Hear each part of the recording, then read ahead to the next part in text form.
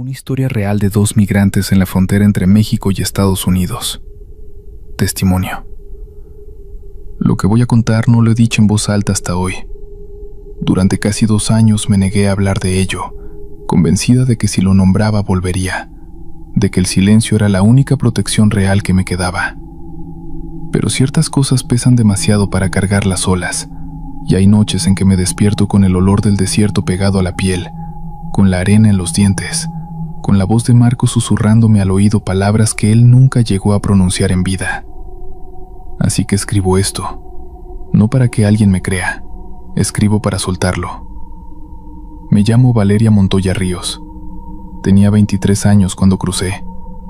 Marcos Durán Cienfuegos, mi novio de entonces, tenía 26. Éramos de Tlacolula, un pueblo a 40 minutos de la ciudad de Oaxaca, y habíamos decidido irnos juntos después de que el negocio de su familia quebró y después de que a mí me despidieron de la maquiladora donde trabajaba, cosiendo bolsas de tela para una empresa que vendía sus productos en tiendas de Nueva York. Irónico, claro. Cosía para el norte y el norte no me quería. El plan era simple, como todos los planes que terminan mal. Tomaríamos un autobús a Altar, en Sonora. Desde ahí contactaríamos a un coyote recomendado por el primo de un vecino. Cruzaríamos por el desierto de Altar, llegaríamos a Tucson, y desde allí nos iríamos a Phoenix, donde supuestamente había trabajo en construcción para él y en limpieza de casas para mí. Habíamos juntado durante 8 meses el dinero para el cruce, $4,000 en total, guardados en un calcetín dentro del forro de mi mochila azul. Salimos un martes de noviembre, antes del amanecer, cuando el pueblo todavía dormía. Mi mamá no sabía que me iba. Le había dicho que visitaría a una amiga en Puebla. Marco se había despedido de su madre con una mentira parecida. Los dos sabíamos que si lo decíamos en voz alta, si pronunciábamos la palabra frontera, todo sería más real y más aterrador, y ninguno de los dos tendría el valor de subirse al autobús. Llegamos a Altar después de 2 días de viaje. Es un pueblo polvoriento, suspendido entre el mundo y el olvido, donde todo el mundo sabe para qué está pasando y nadie dice nada. Hay tiendas que venden mochilas negras, calcetines de repuesto, vendas, pastillas para el dolor, ropa oscura. Hay hombres sentados afuera de las tiendas de abarrotes que te miran con una mezcla de compasión y cálculo. Hay un aire de espera que lo impregna todo, como si el pueblo entero estuviera conteniendo la respiración. Nuestro contacto se llamaba El Toro. No nos dijo su nombre real y tampoco lo pedimos.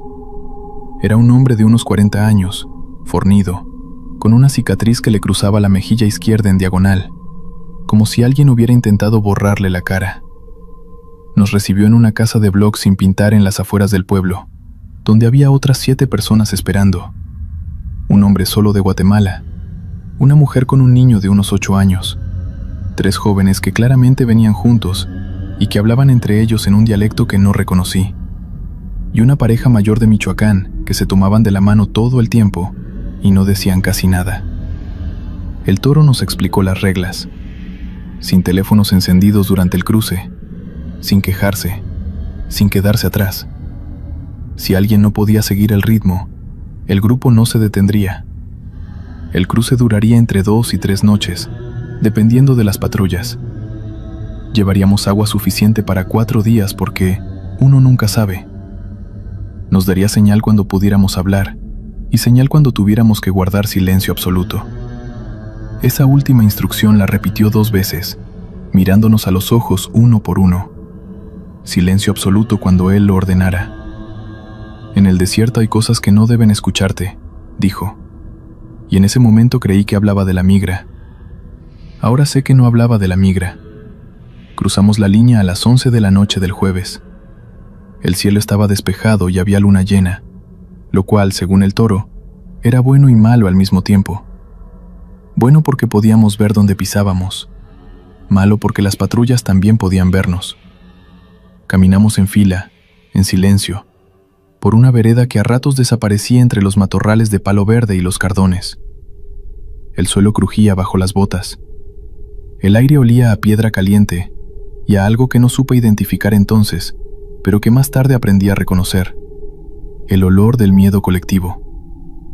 Durante las primeras horas todo fue relativamente normal, en la medida en que cruzar clandestinamente un desierto puede ser normal. Mis pies ardían. Marcos llevaba la mochila más pesada sin quejarse.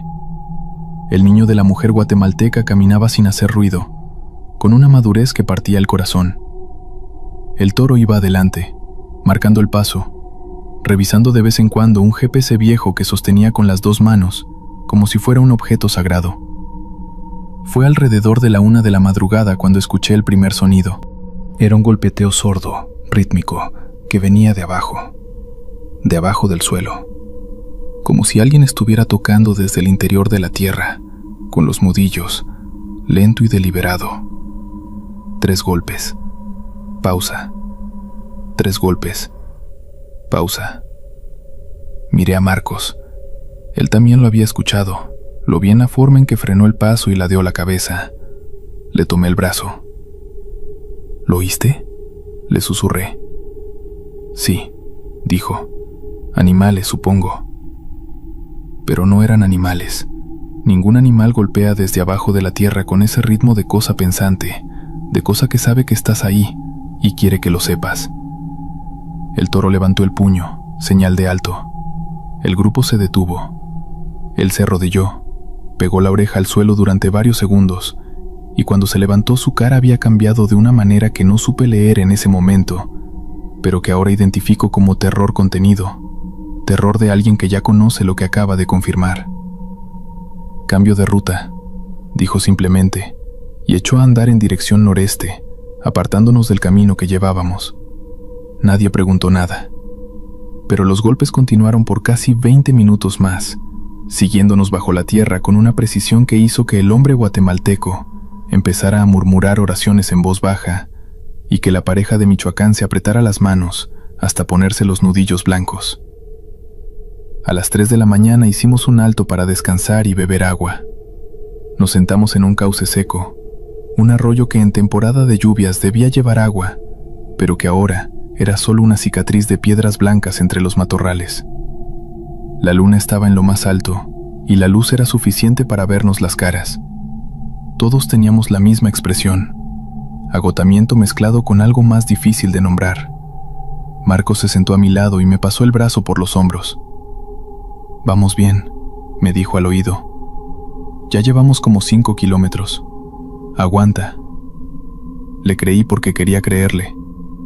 Fue entonces cuando la niña, porque resultó que el niño que yo había visto era en realidad una niña de ojos enormes y trenzas cubiertas de polvo, señaló hacia el cauce. «Mamá», dijo en voz muy baja, «el señor». Todos miramos. Había una figura sentada en las piedras del cauce, a unos 15 metros de donde estábamos. Una figura humana, o con forma humana, con la cabeza agachada y los brazos apoyados sobre las rodillas, en la postura exacta de alguien descansando. Vestía ropa oscura. Tenía el pelo largo y enredado que le caía sobre la cara. El toro dio un paso hacia adelante. «¿Quién anda ahí?», preguntó, y su voz sonó extraña, demasiado alta para el silencio del desierto. La figura no respondió, no se movió. «Puede ser alguien que se perdió», dijo uno de los jóvenes, «o que está mal». El toro dio otro paso. «Oye, ¿estás bien?». La figura levantó la cabeza muy despacio, como si el movimiento le costara un esfuerzo sobrehumano. Pero cuando la cabeza quedó en alto, mirando hacia nosotros, todos vimos lo mismo, y todos nos quedamos inmóviles. No había cara. Donde debería haber habido ojos, nariz, boca, había solo una superficie lisa, oscura, como cuero gastado, como si la cara hubiera sido borrada o nunca hubiera existido. Duró quizás 3 segundos. 3 segundos en que nadie respiró. Y luego la figura se dobló hacia adelante, se disolvió en las piedras del cauce como agua que se derrama, y desapareció. El toro se volvió hacia nosotros. «Caminen», dijo. Su voz era plana, sin entonación. «No hablen de esto. Caminen». La mujer guatemalteca apretó a su hija contra su pecho. Marcos me aferró la mano con una fuerza que me dejó los dedos entumecidos durante horas. Fue en el descanso del amanecer, cuando el cielo empezaba a volverse de ese color violeta que precede al rosa, que el toro se sentó a mi lado. No sé por qué eligió hablar conmigo y no con otro. Y en voz baja, sin mirarme, me dijo algunas cosas que he intentado olvidar y que no he podido. Me dijo que llevaba 7 años cruzando gente, que había hecho este trayecto más de 200 veces, que al principio no creía en nada de lo que los migrantes más viejos le contaban sobre el desierto, sobre las cosas que se veían de noche, sobre los sonidos, que lo había considerado superstición, folclore, el resultado del cansancio y el miedo y la deshidratación leve que todos experimentaban. Pero después de la 5ª o 6ª vez, me dijo, ya no puedes explicarlo así.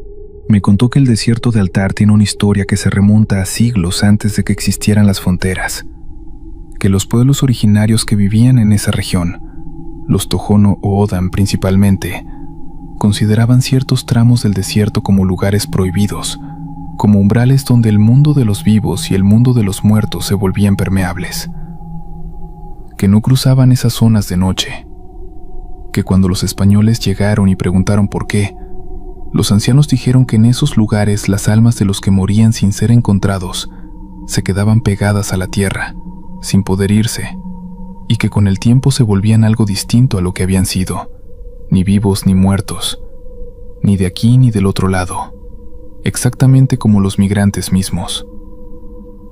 El desierto se los come, me dijo, y no hablaba de la sed ni del calor. Los que mueren aquí y nadie los encuentra, se quedan, y hay muchos, demasiados, y están enojados. Le pregunté qué era lo que habíamos visto en el cauce. Tardó en responder. Alguien que cruzó antes que ustedes y no llegó, dijo finalmente, o lo que queda de alguien así. ¿Y los golpes bajo la tierra? Esta vez no respondió. Se levantó y dio la señal de seguir adelante. La segunda noche fue la peor, la noche en que casi perdí a Marcos. Llevábamos tal vez 3 horas caminando cuando él dijo que necesitaba orinar y se alejó unos metros del grupo. Normal, rutinario. Le dije que se apurara. El toro siguió avanzando y el grupo lo siguió. Yo esperé, mirando hacia donde Marcos había desaparecido entre los arbustos. Pasó 1 minuto, pasaron 2. Marcos, llamé en voz baja. Nada. Marcos. Nada. Me acerqué al toro y le dije que Marcos no había vuelto. Él frunció el ceño y levantó la mano para detener el grupo. Esperamos 5 minutos que se sintieron como 1 hora. Luego el toro sacó una linterna pequeña y fue hacia los arbustos con ella apagada. Lo que encontramos tardó otros 10 minutos en encontrarse.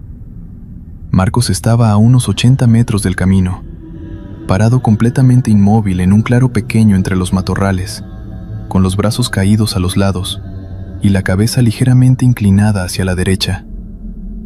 Tenía los ojos abiertos, pero cuando le pusimos la linterna en la cara, no parpadeó, y su mirada estaba en algún lugar que no era ese desierto ni ese momento. Estaba mirando hacia algo que nosotros no podíamos ver. El toro le sacudió el hombro con fuerza. Nada. Le gritó el nombre al oído. Nada. Le dio una bofetada abierta en la mejilla, fuerte, y fue entonces cuando Marcos parpadeó, como alguien que sale de un sueño profundo, y nos miró con una confusión genuina que me heló la sangre. ¿Qué pasó?, preguntó. ¿Qué viste?, le preguntó el toro. Marcos tardó en responder. Parpadeó varias veces. Una mujer, dijo finalmente. Una mujer que me decía que la siguiera, que sabía el camino, que era más corto. ¿A dónde te llevaba?, preguntó el toro. No sé, dijo Marcos. ¿Hacia allá? Señaló hacia el sur, hacia México, hacia atrás. El toro asintió como si esto confirmara algo que ya sabía. Tomó a Marcos del brazo con firmeza y lo incorporó al grupo. No te separes de tu mujer, le dijo. Pase lo que pase, no la sueltes. Durante el resto de esa noche, Marcos y yo caminamos aferrados el uno al otro con las manos entrelazadas hasta hacernos daño. Él no me contó más sobre la mujer. Yo no pregunté, pero noté que miraba hacia atrás con frecuencia, con una expresión que no era miedo, sino algo más perturbador: nostalgia. Como si aquello que había visto lo hubiera dejado con algo, con una promesa rota, con un anzuelo invisible todavía clavado en el pecho. En la madrugada del tercer día, cuando ya el agotamiento era una cosa física que aplastaba los pensamientos y borraba la distinción entre el sueño y la vigilia, hicimos un alto en una pequeña elevación desde donde, a lo lejos, se veían las luces de lo que el toro dijo que era Sasabe, del lado americano. Mientras descansábamos, el hombre guatemalteco que viajaba solo sacó una pequeña libreta de su mochila. En la libreta, explicó en voz baja, tenía escritos los nombres de personas que conocía que habían intentado cruzar y no habían llegado. 4 nombres. Los leyó en voz alta, uno por uno, mirando hacia el desierto oscuro. Para que sepan que alguien los recuerda, dijo, para que no se queden tan enojados. Hubo un silencio largo después de los nombres. Y entonces ocurrió algo que todos vimos, y sobre lo que ninguno de nosotros ha hablado públicamente hasta donde sé.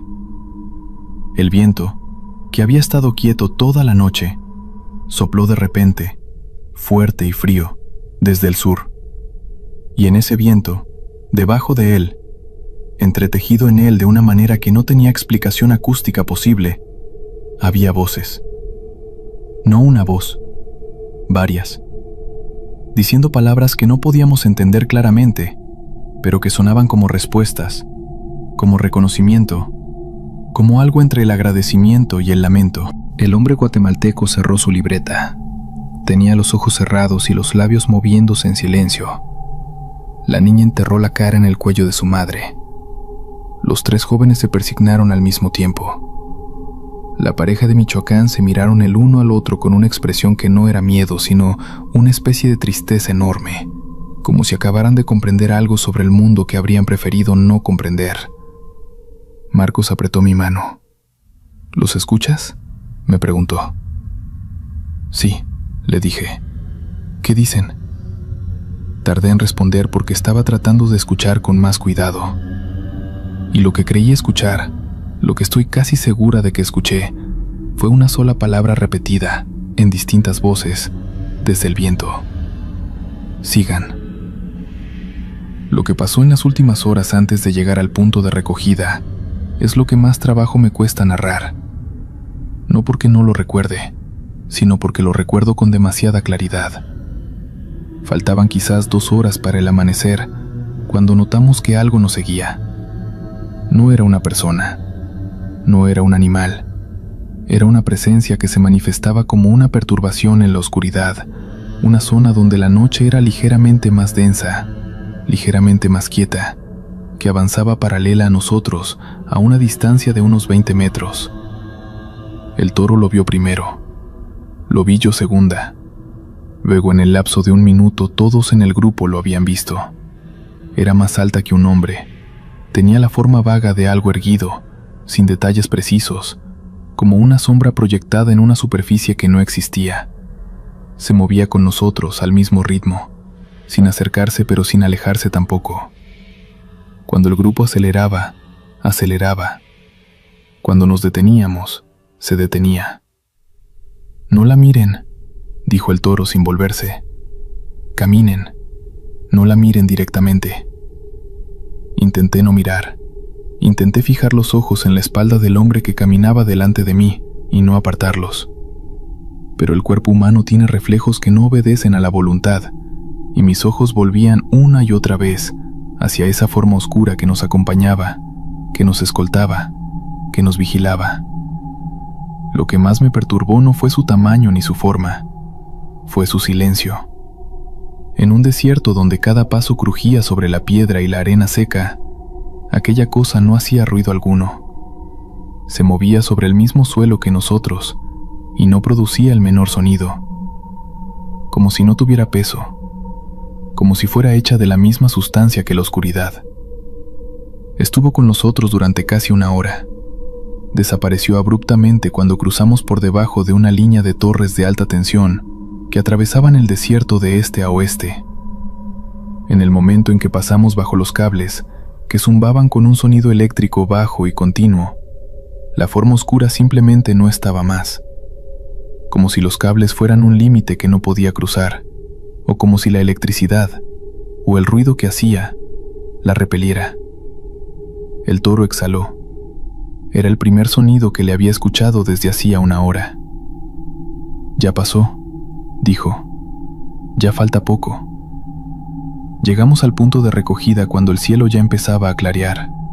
Ese azul gris previo al amanecer que es casi el color más hermoso que existe y que yo asocio ahora, de manera indisoluble, con el alivio de haber sobrevivido a algo. Una camioneta blanca sin placas nos esperaba en un camino de tierra.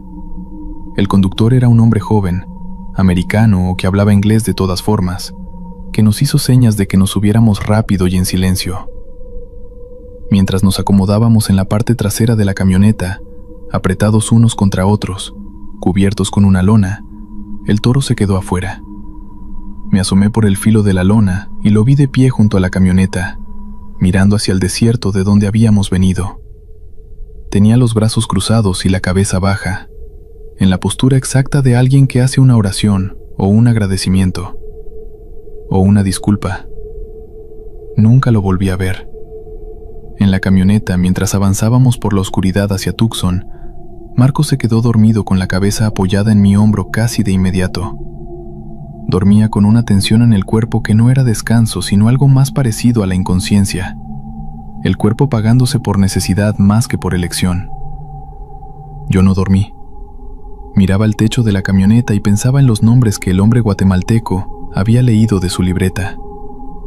Pensaba en la figura sin cara en el cauce seco, en los golpes bajo la arena, en las voces del viento, en la cosa que nos había seguido durante una hora por el desierto y que se había detenido ante los cables eléctricos como ante un muro invisible. Pensaba en lo que el toro había dicho, que los que morían en el desierto y no eran encontrados se quedaban, que el desierto se los comía, que estaban enojados, y pensaba que quizás, solo quizás, no era enojo exactamente lo que habitaba en esas formas y en esos sonidos y en esas presencias. Quizás era algo más parecido a lo que yo misma sentía en ese momento, el deseo imposible de ser visto, el deseo de que alguien supiera que habías estado ahí, que habías intentado, que habías tenido miedo y lo habías hecho de todas formas. El deseo de que alguien dijera tu nombre en voz alta en la oscuridad y que eso fuera suficiente para que tu historia contara. Llegamos a Tucson al amanecer. Nos dejaron en un estacionamiento de un Walmart y nos dieron un número de teléfono al que llamar. El hombre guatemalteco tomó a su hija de la mano y desapareció en dirección contraria a la nuestra. Los tres jóvenes se abrazaron entre ellos antes de separarse. La pareja de Michoacán se miraron, se besaron en la frente el uno al otro y echaron a caminar juntos hacia el norte sin voltear. Marcos y yo llamamos al número. Alguien nos recogió 2 horas después. Estuvimos en Phoenix durante 18 meses. Trabajamos, enviamos dinero, hablamos por teléfono con nuestras familias sin decirles nada de lo que había pasado en el desierto. Marcos empezó a cambiar alrededor del 3er mes. No de golpe, sino gradualmente, la manera en que cambian las cosas que se están pudriendo por dentro antes de que la superficie lo muestre. Se volvió callado, dormía mal. A veces me encontraba parado en el centro del cuarto, con la cabeza inclinada hacia la derecha, exactamente como lo habíamos encontrado en el desierto esa noche. Cuando le preguntaba qué hacía, decía que nada, que estaba pensando, pero sus ojos tenían la misma cualidad ausente de esa noche, esa mirada hacia algo que yo no podía ver. Un día me dijo que a veces, en sueños, la mujer volvía. La mujer que lo había llevado hacia el sur aquella noche en el desierto. Me dijo que en los sueños ya no le decía que la siguiera al sur, le decía que volviera a cruzar, que había algo que había olvidado en el desierto, que tenía que ir a buscarlo. Rompimos 6 meses después. No por esto, o no solo por esto, pero lo de la mujer estaba ahí, entre nosotros, como una deuda que ninguno de los dos había contraído, pero que los dos teníamos que pagar. Supe por una amiga común, 2 años después, que Marcos había vuelto a México, que había intentado cruzar de nuevo, que esta vez no había llegado. No sé si fue la sed o el calor o algo más. No quiero saberlo. O sí quiero, pero no de la manera en que uno normalmente quiere saber las cosas. Lo que sí sé, lo que sé con la certeza que solo dan las cosas vividas en el cuerpo y no en la mente, es que hay algo en ese desierto que no es naturaleza y no es humano. Algo que existe en el espacio entre los dos mundos, entre el aquí y el allá, entre el vivo y el muerto, entre el que llega y el que no. Algo que nació del dolor acumulado de demasiados cruces, de demasiados cuerpos no encontrados, de demasiados nombres no pronunciados. Si alguna vez tienes que cruzar ese desierto, y ojalá que no, ojalá que nunca, lleva una libreta, escribe nombres, pronúncialos en voz alta en la oscuridad, no como protección, como justicia. Esta historia fue reconstruida a partir del testimonio de VMR, quien accedió a compartirla con la condición de que se modificaran algunos detalles identificatorios. Los nombres han sido cambiados. Las fechas han sido alteradas ligeramente. La ruta específica no se menciona por respeto a quienes todavía la usan. Según datos del proyecto migrante del Colegio de la Frontera Norte, más de 10,000 personas han muerto en el desierto de Sonora desde que comenzó la Operación Guardián en 1994, que desplazó el cruce migratorio de las ciudades hacia las zonas más inhóspitas del desierto. La gran mayoría de esas muertes nunca son investigadas. Muchos de esos cuerpos nunca son identificados. Siguen ahí. Continuamos. Testimonio de Emilio Reyes Castellanos, 24 años, originario de Chiapas. Testimonio recogido en Houston, Texas. Antes de contarles lo que vi, necesito que entiendan de dónde vengo porque el lugar de donde uno viene tiene mucho que ver con lo que uno es capaz de ver. Soy de Ocosingo, Chiapas, un pueblo que la mayoría de la gente no conoce hasta que le pasa algo malo, y entonces salen las noticias y vuelve a desaparecer. Mi familia es tzeltal por parte de madre, mestiza por parte de padre, y aunque yo crecí hablando español y fui a la escuela secundaria en la ciudad, mi abuela materna me crió con otras cosas también, con el conocimiento de que el mundo tiene más capas de las que se ven, de que los animales no siempre son animales, de que hay hombres que saben convertirse en bestias y bestias que saben hablar como hombres. Me llamo Emilio Reyes Castellanos. Tenía 24 años cuando crucé.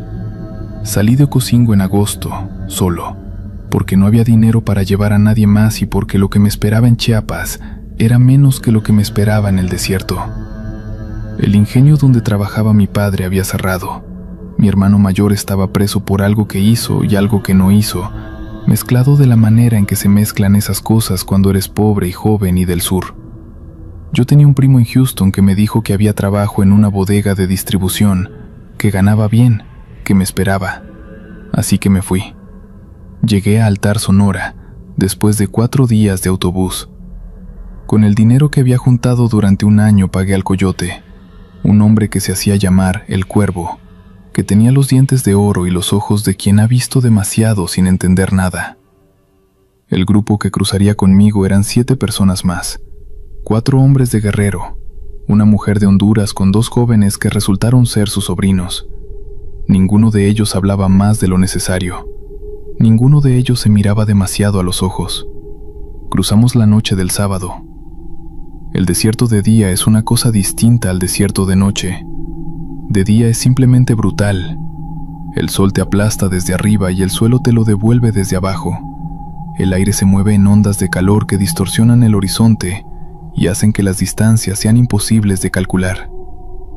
Llevábamos instrucciones de caminar principalmente de noche y descansar durante las horas más calientes, escondidos bajo la sombra escasa de los mezquites y los paloverdes. El Cuervo era un guía eficiente y silencioso. No era amable, pero tampoco era cruel. Daba instrucciones claras y esperaba que se siguieran. Las reglas eran pocas pero absolutas. No encender fuegos, no hablar más de lo necesario, no separarse del grupo, no mirar directamente a los agentes de la patrulla fronteriza si los veíamos a distancia. Y una regla que me llamó la atención desde el principio: no caminar cerca de los cruces de caminos después de la medianoche. Le pregunté por qué esa regla específica. Me miró con sus ojos de demasiado visto y dijo: por si acaso. No explicó más. En ese momento pensé que era una cuestión táctica, que los cruces de caminos eran puntos donde las patrullas hacían rondas más frecuentes. Ahora sé que no era eso. Descansamos durante las horas centrales del día bajo un grupo de mezquites. El calor era una presencia física, algo que se podía tocar casi, algo que tenía peso. Dormí mal, en fragmentos, y soñé con el río Jataté que cruza por Ocosingo, con el agua fría y verde, con mi abuela lavando ropa en la orilla y cantando algo en celtal que no supe descifrar en el sueño, pero que me dejó al despertar una sensación de advertencia, como cuando alguien te llama por tu nombre antes de que algo malo pase. Uno de los hombres de Guerrero, el que después supe que se llamaba Braulio, se me acercó durante el descanso y me preguntó de dónde era. Cuando le dije que de Chiapas, asintió lentamente. «Allá saben de esas cosas», dijo, «del otro mundo». Le pregunté a qué se refería. «A lo que vive en el desierto», dijo, y no habló más del tema. La primera noche transcurrió sin incidentes mayores. Caminamos desde las 9 de la noche hasta las 4 de la madrugada, 7 horas a paso sostenido por un terreno que castigaba los tobillos y las rodillas.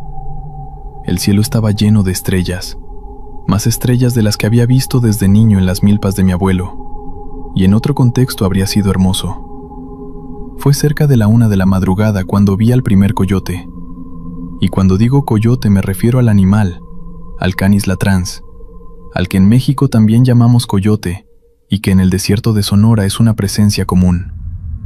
Vi uno a unos 30 metros, parado entre los matorrales, mirando hacia el grupo. No era inusual. Los coyotes son curiosos y oportunistas. Probablemente esperaban que dejáramos comida, pero este no se movió. Nos miraba con una fijeza que no era animal. Los animales salvajes tienen una manera de mirar que es atenta pero dispersa, que calcula distancias y rutas de escape. Este nos miraba de la manera en que mira una persona, con concentración, con propósito, con algo que se parecía demasiado al reconocimiento. El cuervo lo vio también. Lo supe porque su paso cambió de ritmo durante un momento, se acortó apenas, antes de recuperar el ritmo normal, pero no dijo nada. El coyote nos siguió durante tal vez 20 minutos, manteniéndose a la misma distancia, sin acercarse ni alejarse. Luego desapareció entre los matorrales sin el sonido que debería hacer un animal moviéndose por terreno seco a medianoche. Ningún sonido, ninguna rama rota, ninguna piedra removida. Desapareció como un pensamiento que uno deja de pensar. Aquí necesito hacer una pausa en la historia para explicar algo, porque sin este contexto lo que viene después no tendrá el peso que debe tener. Mi abuela, Lucía Castellanos, viuda de Reyes, murió cuando yo tenía 16 años. Era una mujer pequeña y de voz baja que sabía más de lo que decía, y decía más de lo que la gente escuchaba. Me contó sobre los nahuales desde que tengo memoria, con la misma naturalidad con que me enseñó el nombre de las plantas y los rezos antes de dormir, como hechos del mundo, no como fantasías. Un nahual, me explicó, es un ser humano que tiene la capacidad de transformarse en animal. No es un hombre lobo en el sentido europeo, no es una maldición ni una enfermedad. Es un don o una carga, dependiendo de quién lo posea y para qué lo use. Hay nahuales buenos, que protegen a sus comunidades, que cuidan los caminos, que advierten de los peligros. Y hay nahuales que usan su poder para hacer daño, para robar, para asustar, para cobrar deudas que nadie recuerda haber contraído. El nahual malo, me dijo mi abuela una vez, sentados en el corredor de su casa mientras caía la noche sobre los cerros. Siempre te reconoce antes de que tú lo reconozcas a él. Eso es lo más peligroso, que ya te vio antes de que tú lo hayas visto a él. Le pregunté cómo se protegía uno. Con sal, dijo, con copal, y con no mostrar miedo, porque el miedo es lo que los alimenta. Un nahual que no te asusta es un nahual que pierde su poder sobre ti. Llevaba sal en la mochila, no por esto, sino porque en el desierto la sal es necesaria para no sufrir calambres con el sudor. Pero cuando recuerdo lo que pasó esa segunda noche, pienso que quizás mi abuela me había preparado de maneras que yo no entendí hasta demasiado tarde. La segunda noche salimos más tarde, alrededor de las 10, porque el cuervo había detectado actividad de la patrulla fronteriza en nuestra ruta y prefirió esperar. El retraso nos puso nerviosos a todos. Nerviosos de una manera que no era solo miedo a los agentes, sino una inquietud más difusa, más difícil de nombrar, como si el tiempo que llevábamos en el desierto nos hubiera ido sensibilizando a algo que estaba presente desde el principio, pero que hasta ahora empezábamos a percibir. Caminamos hacia el noreste, por un terreno más accidentado que el de la noche anterior, con pequeñas elevaciones y barrancos que obligaban a ir más despacio. La luna estaba en cuarto creciente, suficiente luz para ver los contornos, pero no los detalles. El silencio era total, excepto por el crujido de nuestros pasos, y, a lo lejos, el sonido que hacía el viento al pasar entre los brazos de los saguaros. Fue alrededor de la medianoche cuando vi la figura en el cerro. Era una silueta humana, parada en lo alto de una pequeña elevación rocosa a nuestra izquierda, a unos 50 metros. Estaba completamente inmóvil, mirando hacia abajo, hacia donde nosotros caminábamos. Su postura no era la de alguien descansando, ni la de alguien que se ha perdido. Era la postura de alguien que espera, de alguien que sabe exactamente dónde está y exactamente qué está mirando. El cuervo, le susurré al guía, que caminaba delante de mí. Hay alguien en ese cerro. Él miró sin detenerse. Ya lo vi, dijo. ¿Quién es? No respondió. Seguimos caminando. Mantuve los ojos en la figura. Y fue entonces cuando ocurrió lo primero que no tenía explicación. La figura se movió, pero no hacia abajo del cerro, no en ninguna dirección que correspondiera a la física de un cuerpo humano moviéndose sobre terreno rocoso. Simplemente apareció 10 metros más adelante, en un punto que habría requerido correr a velocidad imposible, o más probablemente, no haberse movido por el terreno, sino a través de él. Mi corazón hizo algo que los corazones no suelen hacer. Se detuvo un segundo antes de continuar, como si hubiera necesitado recalibrarse. La figura nos miraba desde el nuevo punto. Seguía inmóvil. Seguía esperando. Fue Braulio, el hombre de Guerrero, quien primero dijo en voz alta lo que todos estábamos pensando. «Es un nahual», dijo, con la voz plana de quien nombra algo que ya conoce y no por eso le teme menos. La mujer hondureña, doña Carmen, se persignó y murmuró algo que no escuché. Sus sobrinos, 2 jóvenes de 16 y 18 años, se pegaron más al centro del grupo. Los otros 3 hombres de Guerrero aceleraron el paso sin decir nada, con la lógica instintiva de que ir más rápido podría ayudar, aunque ninguno de nosotros sabía a qué. El cuervo, que hasta ese momento había mantenido la compostura de alguien que ha visto todo, frenó el grupo con un gesto brusco. «Escúchenme», dijo en voz muy baja. «Lo que están viendo, no lo llamen, no le hablen, no lo miren directamente, caminen y no paren». «¿Qué es?», preguntó Braulio. «No importa lo que es, importa lo que hacemos». Y el cuervo echó a caminar de nuevo, con pasos largos y decididos, mirando al frente. Yo lo miré. No pude evitarlo. Mi abuela me había dicho que no mostrara miedo, pero también hay una diferencia entre no mostrar miedo y no sentirlo. Y en ese momento el miedo era una cosa viva dentro de mi pecho, caliente y con garras. La figura en el cerro me miraba a mí específicamente. Lo supe con la certeza irracional con que se saben estas cosas, que de todos los que íbamos en el grupo, era a mí a quien miraba, como si me conociera.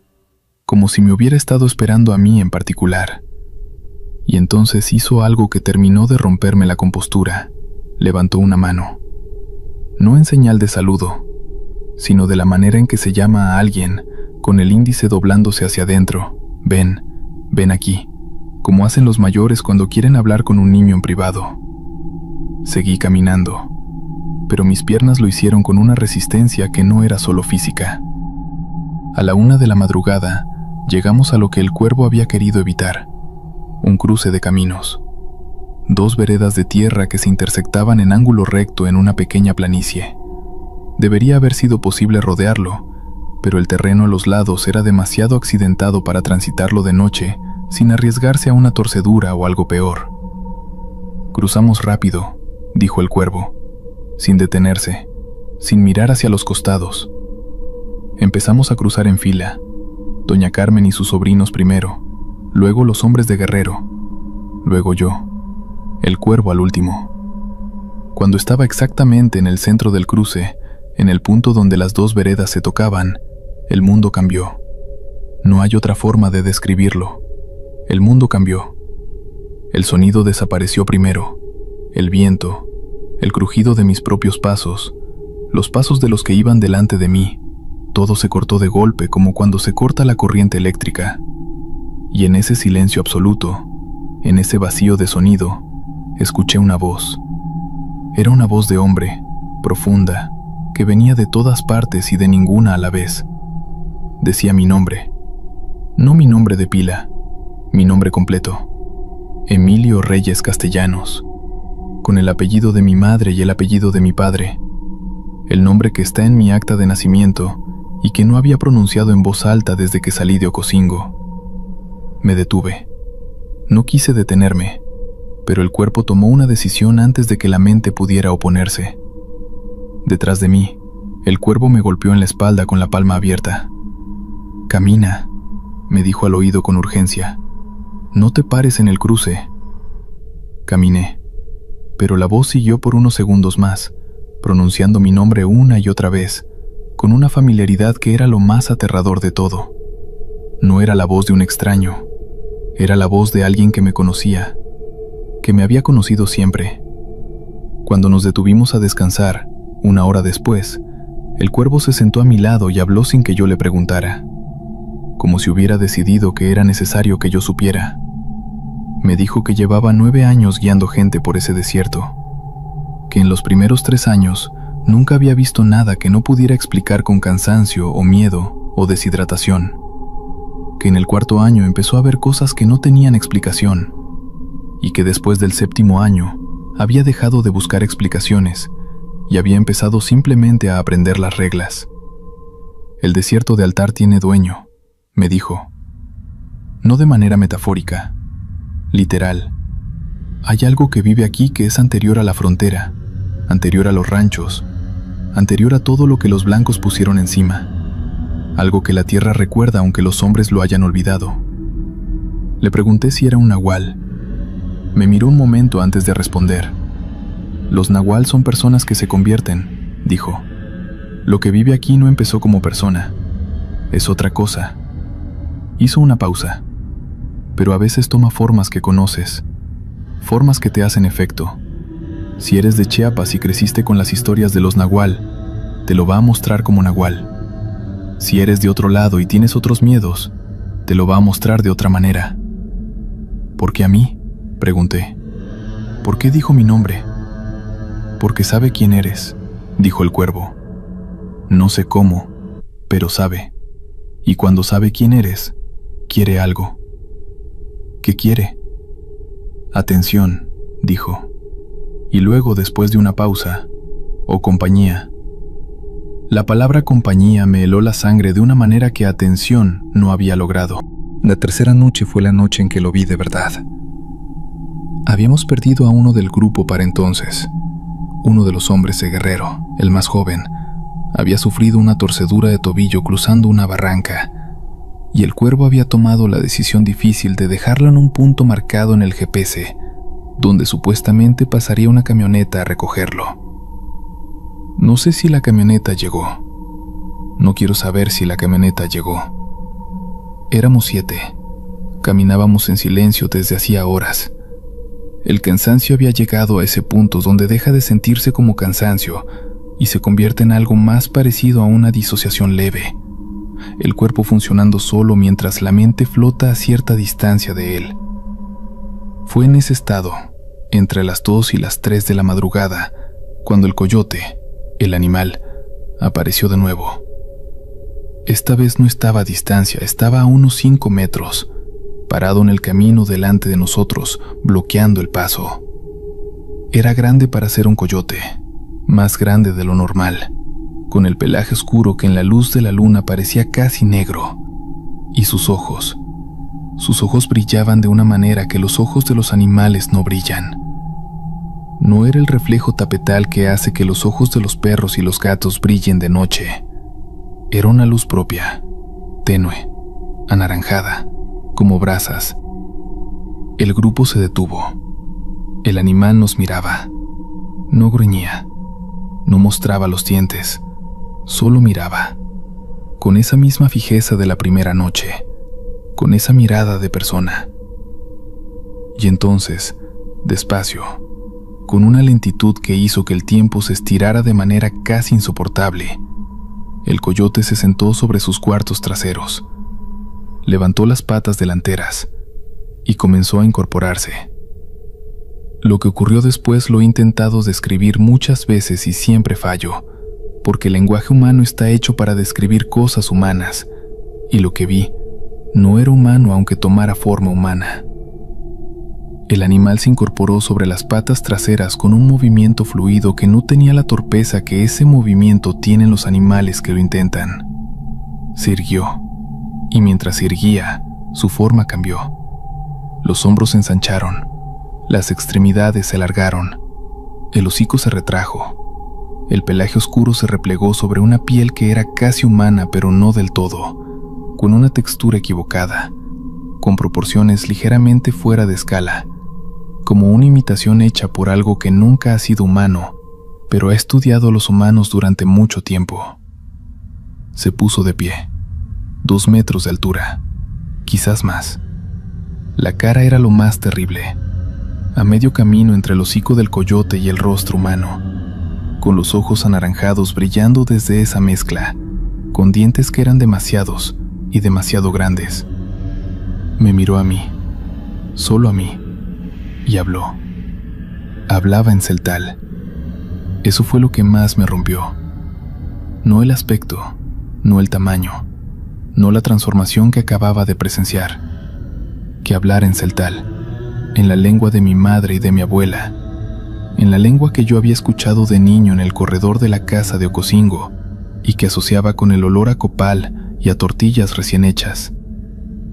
No voy a transcribir exactamente lo que dijo porque hay palabras que no deben repetirse fuera de su contexto y porque parte de mí todavía cree que pronunciarlas podría tener consecuencias. Pero el sentido era este, que yo venía de un lugar que lo conocía, que mi abuela lo había conocido, que mi linaje tenía deuda con él, una deuda antigua que yo no había contraído pero que cargaba de todas formas porque así funcionan ciertas deudas, que podía cobrarla de muchas maneras pero que esta noche, en este desierto, solo quería una cosa, que me quedara, que no siguiera cruzando, que me quedara en el desierto con él. Lo dijo con una voz que era la suma de muchas voces, como si dentro de esa forma hubiera otras presencias, otras historias, otros que habían pasado por el desierto y no habían llegado al otro lado. Y en esa voz colectiva, en ese coro que venía de la boca equivocada, creí escuchar, brevísimo, el fragmento de una canción en celtal que mi abuela cantaba cuando lavaba ropa en el río. Eso estuvo a punto de acabarme. Eso estuvo a punto de hacerme quedarme. No sé de dónde vino lo que hice a continuación, o sí sé, y es de un lugar que no es el razonamiento, sino algo más antiguo y más confiable. Metí la mano en la mochila, saqué el pequeño recipiente de plástico con la sal que llevaba para los calambres. Lo abrí. La cosa frente a mí me miraba, esperaba. Mi abuela me enseñó tu nombre, dije en voz alta. Mentí, y los dos lo sabíamos. Pero lo dije de todas formas con la convicción con que se dicen las mentiras necesarias. Sé cómo te llamas. Hubo un cambio en el aire, una tensión que no había estado antes. Lancé la sal hacia adelante, hacia donde estaba parado, en un arco amplio que cayó sobre el suelo delante de sus pies. Lo que pasó después fue rápido. La figura retrocedió, un solo paso, y en ese retroceso perdió algo de su forma. Los bordes se volvieron menos definidos, la figura menos sólida, como una imagen que se desenfoca.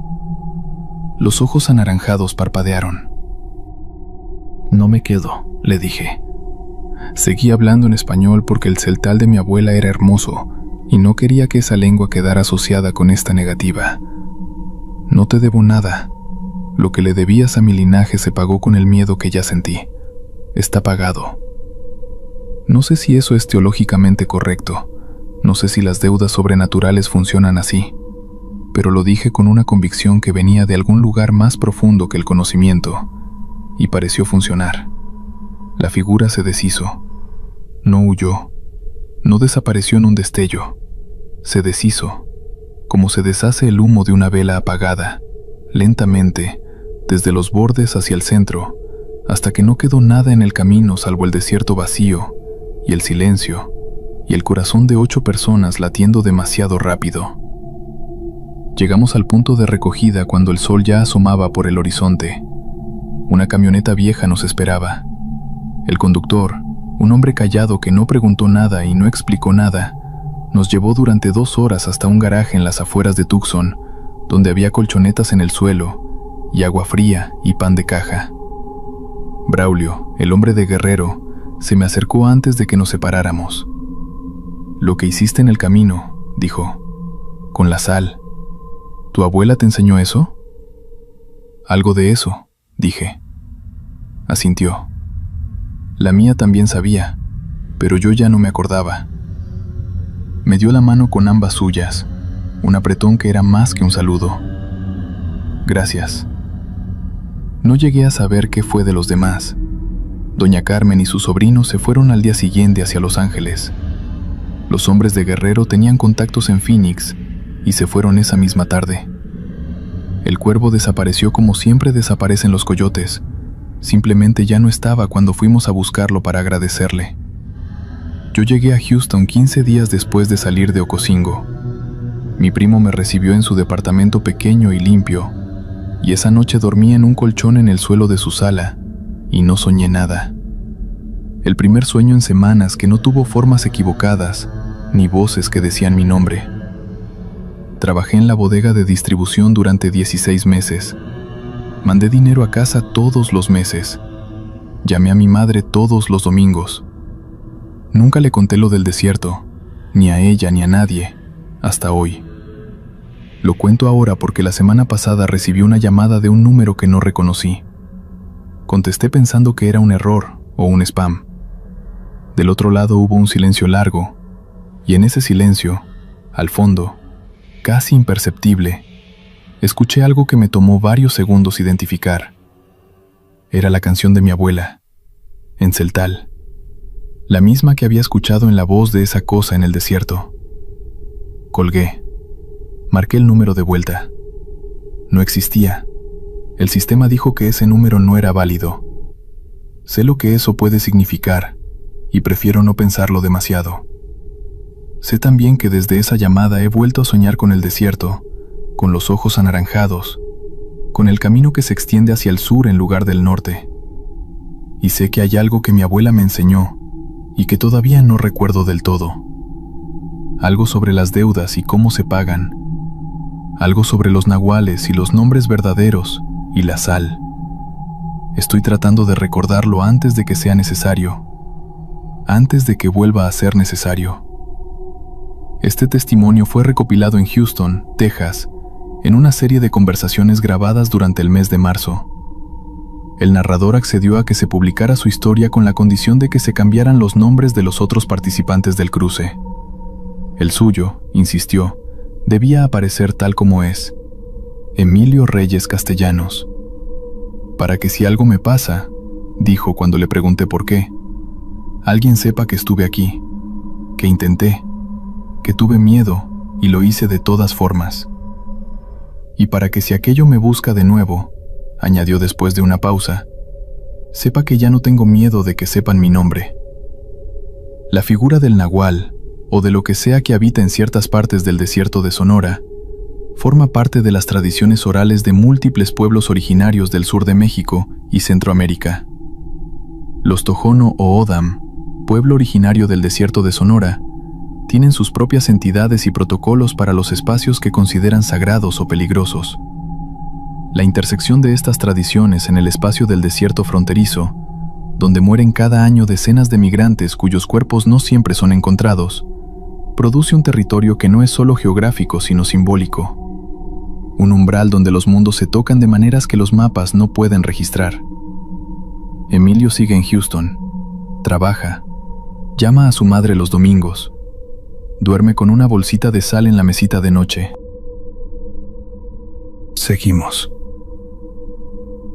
Este testimonio fue recogido en marzo de 2019 por una trabajadora social del albergue Casa del Migrante en Reynosa, Tamaulipas.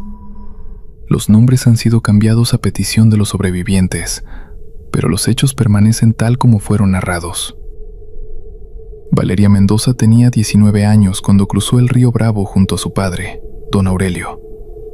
Venían de Tegucigalpa, Honduras, después de un viaje de 3 semanas que los había dejado con los pies en carne viva, los labios secos como cuero viejo y los ojos cargados de un cansancio que no era solo del cuerpo.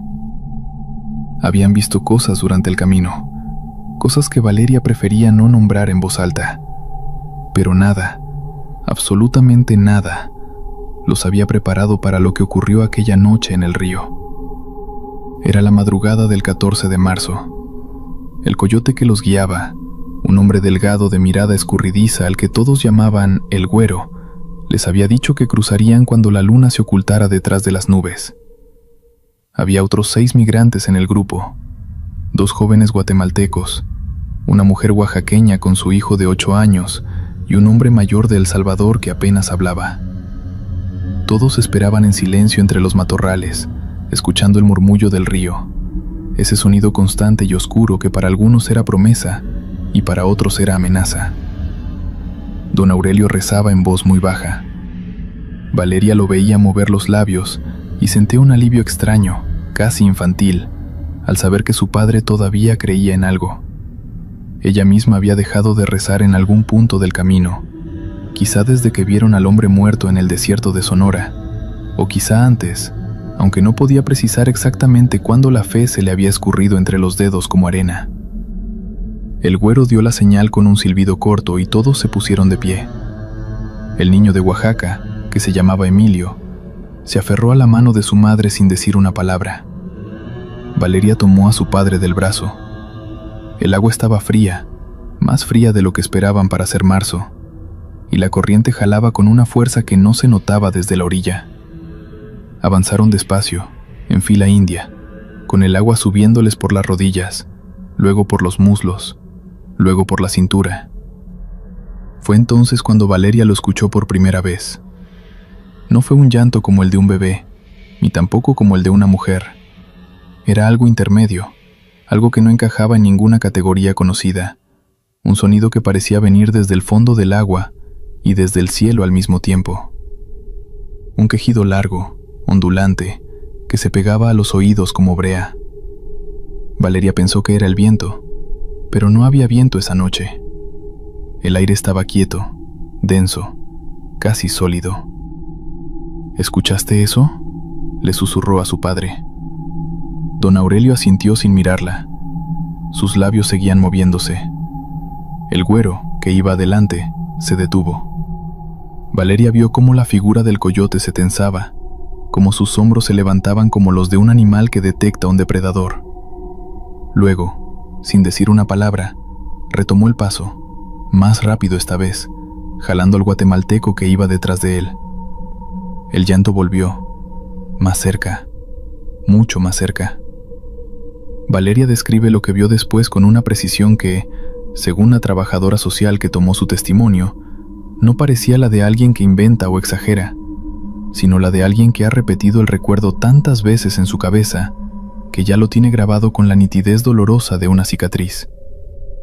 Vio a una mujer. Estaba de pie sobre el agua. No en el agua, sobre el agua, con los pies, si es que tenía pies, rozando apenas la superficie del río sin hundirse. Llevaba un vestido blanco que debería haberse mojado, que debería haber pesado y pegado al cuerpo, pero que flotaba a su alrededor como si hubiera un viento que solo la afectaba a ella. Su cabello era negro y larguísimo, suelto, y se extendía por el agua como tinta derramada. No tenía una cara exactamente, o más bien tenía una cara que el cerebro de Valeria se negaba a procesar en su totalidad, como cuando uno mira al sol y el ojo se retira por instinto. Solo recuerda los ojos, blancos, completamente blancos, sin iris ni pupila, luminosos como dos velas encendidas debajo del agua. La mujer estaba llorando. No era el llanto de alguien que sufre, era el llanto de alguien que ya no puede sufrir más, que ha cruzado al otro lado del dolor y desde allá llama a los que aún no han llegado. Era un sonido que metía frío en los huesos, que apagaba el pensamiento, que hacía que las piernas quisieran dejar de moverse y quedarse quietas en esa agua oscura para siempre. El niño Emilio empezó a llorar en silencio. Su madre lo apretó contra ella con tanta fuerza que él ni siquiera pudo quejarse. Los dos guatemaltecos se habían detenido completamente. El salvadoreño mayor, ese hombre que casi no hablaba, empezó a repetir algo en voz baja que Valeria no alcanzó a entender, pero que sonaba como una letanía, como un conjuro, como el nombre de alguien que ya no existía. Don Aurelio se giró hacia su hija, y aquí Valeria hace una pausa en su testimonio. Aquí siempre hace una pausa, dice la trabajadora social, como si este fuera el momento que más le cuesta recordar. No por miedo, sino por algo más complicado, algo que se parece al amor y a la vergüenza al mismo tiempo. Su padre la miraba con unos ojos que ella reconoció de inmediato, aunque nunca antes los había visto así de claros. Eran los ojos de alguien que ya tomó una decisión.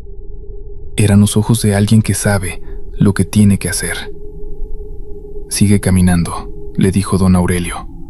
«No la mires. Sigue caminando y no pares. Papá, sigue». Y Valeria siguió. Caminó mirando hacia adelante, hacia la orilla del otro lado que ya podía ver, oscura pero sólida, americana en ese sentido extraño en que las cosas del otro lado siempre parecen más reales aunque uno las esté viendo desde la distancia. Caminó con el agua hasta la cintura y luego bajando hasta los muslos, las rodillas, los tobillos. Caminó sin voltearse, aunque todo en ella quería voltear. El llanto de la mujer del río se fue alejando, o quizás se fue acercando a otra cosa. Cuando llegó a la orilla, Valeria se volteó. Su padre estaba en el agua, a la mitad del río, inmóvil. El güero lo jalaba del brazo, pero don Aurelio no se movía. No luchaba, no se resistía, simplemente estaba quieto, como si sus pies se hubieran enraizado en el lecho del río, como si el río lo hubiera reconocido y reclamado. Tenía los ojos cerrados, y en su cara había una expresión que Valeria no supo interpretar entonces, y que dice no haber podido interpretar todavía. No era terror, no era dolor, era algo más parecido a la resignación, o quizá a la paz. «Papá», gritó Valeria, y fue el primer sonido que hizo en toda la noche, el primer sonido real, humano, desesperado. Don Aurelio abrió los ojos, la miró y caminó. Después no supo explicar cómo llegó a la orilla. El güero dijo que simplemente se soltó, que el agua lo soltó, como si algo que lo tenía agarrado hubiera decidido dejarlo ir. Don Aurelio no recordaba nada de esos minutos en el agua. Cuando Valeria lo abrazó en la orilla americana, él estaba temblando como si tuviera fiebre y tenía los ojos de alguien que acaba de despertar de un sueño que no era un sueño.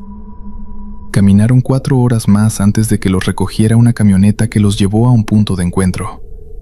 Durante ese trayecto nadie habló del río. El güero no hablaba de esas cosas. Los guatemaltecos miraban el suelo. La mujer oaxaqueña le cantaba en voz muy baja a su hijo, que se había dormido con la cabeza apoyada en su hombro. Solo el salvadoreño mayor se acercó a Valeria en algún momento de la caminata. Era un hombre de manos grandes, de esas manos que cuentan años de trabajo antes de que uno sepa su edad.